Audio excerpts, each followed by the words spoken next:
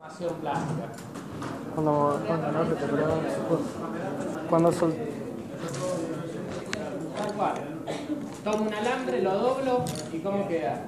Queda deformado. Sí, doblado. Queda deformado plásticamente, ¿está bien?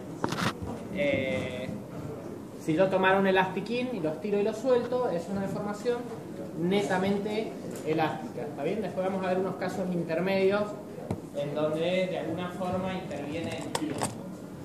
Pero básicamente lo vamos a tratar como justamente con imperfecciones cristalinas, y después vamos a ir a los mecanismos de formación. Y lo que les voy a pedir es que traten de asociar un tema que les cuesta mucho todos los años, es MACLA, ¿sí? Es casi el último tema de lo que vamos a ver de hoy. Bueno, eso les voy a hacer un par de aclaraciones para que no se compliquen la vida, ¿está bien? O sea, todos estos fenómenos se pueden meter tanto como quieran, ¿sí? Pero nosotros lo que necesitamos saber, al menos que vayan a hacer investigación en eso, lo que necesitan saber es conocer estos fenómenos desde un punto de vista de fenómeno, ¿está bien? Fenomenológico. Bien, bueno, entonces, ¿cómo van a estudiar esto? Les digo para que no haya confusión. Van a estudiarlo con los apuntes y lo van a estudiar con las slides. ¿Está bien? Con las dos cosas. ¿Eso por qué? Entonces, eso hacemos la aclaración ahora.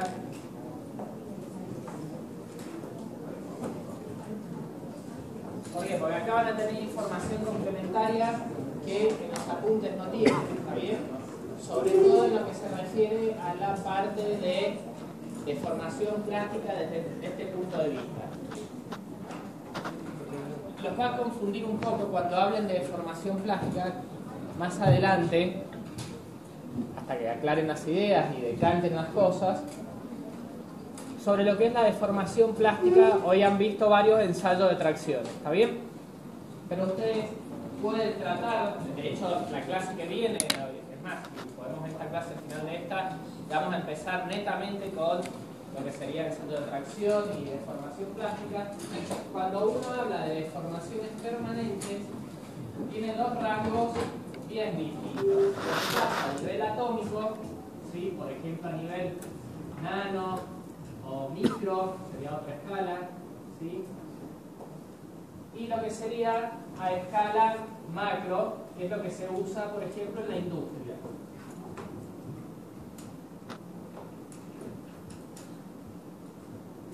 ¿Sí? Entonces tendríamos lo que se llama microplasticidad, nanoplasticidad, y lo que se llama, en otra escala totalmente distinta, lo que se llama macroplasticidad, que es de aplicación industrial, ¿sí? Y entonces, ¿por qué estudiamos micro? Bueno, estudiamos un poco micro, que es lo que está asociado a dislocaciones y maclas, ese tipo de cosas, porque nos ayuda a entender qué pasa con el fenómeno a grandes rasgos. O sea, fíjense que estamos estudiando, ahora estaba estudiando lo que serían las estructuras cristalinas, y bueno, ahora hay que trasladarlo a una escala ingenieril, ¿está bien? Pero entender esa escala, van a ver enseguida, que entender esa escala micromecánica les ayuda a entender por qué un material se comporta plásticamente de determinada forma. Ya todos intuitivamente saben lo que es algo frágil o algo dúctil, ¿está bien? Más allá de que en la materia le demos una definición formal, vamos a tratar de entender por qué los materiales se comportan frágiles, se comportan dúctiles. Entonces, es decir, por más que yo le haga determinados tipos de tratamientos, debido a la estructura cristalina, no voy a lograr cambiar ciertas propiedades. ¿Está bien? Entonces, hay distintos tipos de imperfecciones cristalinas, lo que serían puntuales, o los que serían justamente de dimensión cero, se suele llamar de dimensión cero, imperfecciones lineales, que básicamente están definidos por una línea o una curva, y las imperfecciones superficiales, que su nombre lo indica, es una superficie. Vamos a ver enseguida que, por ejemplo, un borde de grano se puede considerar como una imperfección. acá no estamos hablando de un policristal. Y no vamos a ver, porque son más complejas, lo que serían las imperfecciones en 3D, por ejemplo, una grieta, un poro, ¿está bien? Esto normalmente vamos a empezar con la más, la de menor dimensión, la puntual, porque después van a ir viendo que las demás terminan, a medida que voy aumentando dimensión, muchas de ellas terminan siendo asociaciones de las anteriores, ¿está bien? Por ejemplo, una dislocación va a estar definida por una línea, por ejemplo, de puntos o de átomos faltantes, ¿sí? En la estructura cristalina. Entonces, vuelvo a decir, todos estos temas que vemos en la materia se pueden meter tanto como quieran, se pueden marcar la vida si quieren, ¿está bien? Pero la idea no es esa, o sea, si alguno después va por ese camino, está todo bien, digamos. Pero la idea es que tengan un entendimiento de aplicación a nivel ingenieril, que es lo que primero necesitan, ¿no? Entonces, esto lo charlamos un poquito.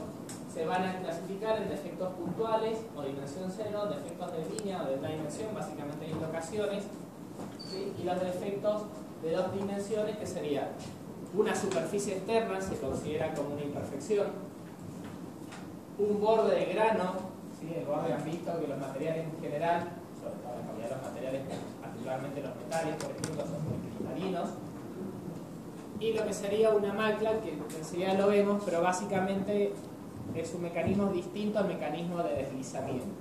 El otro día ya charlaron algo de mecanismo de deslizamiento. Pero primero, digamos, vamos a hablar un poco de que este gráfico lo tienen en los apuntes, por ejemplo. Esta es la energía libre de Gibbs, es decir, cómo cambia la energía libre. Y básicamente esta fórmula está relacionada con lo que sería la entalpía y la temperatura y la entropía.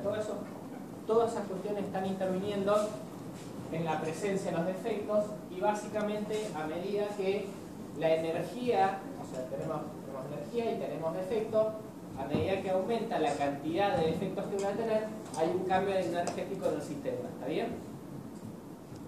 Es decir, voy a tener a un sistema, si hay mínima energía, si baja la energía, ¿a qué tiende? ¿A un sistema estable o inestable? ¿Cómo?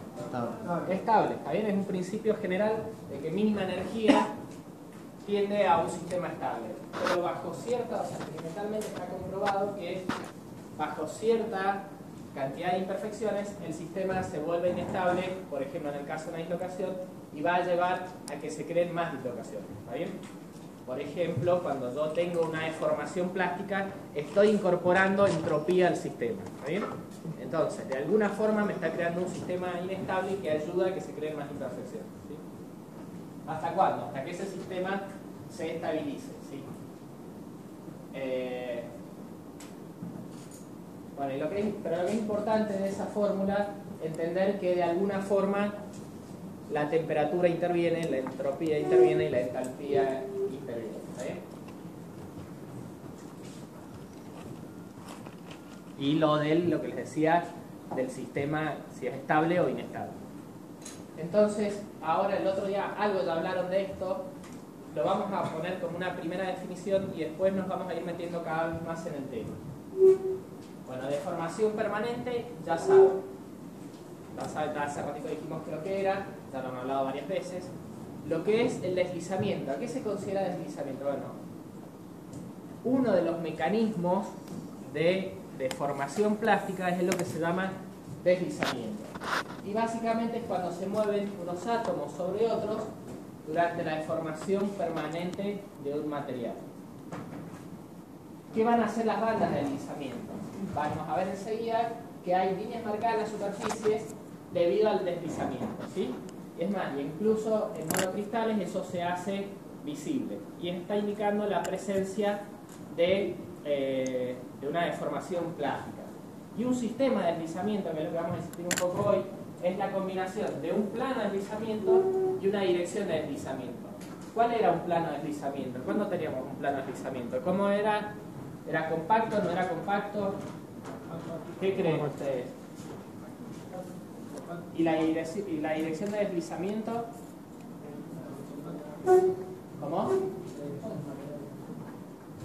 intuitivamente, está bien, intuitivamente, ¿qué creen? Que va a ser más fácil de formar, si yo tengo que formar y me imagino la estructura atómica, es más fácil de formar cuando los planos, por ejemplo, son compactos o cuando no son compactos.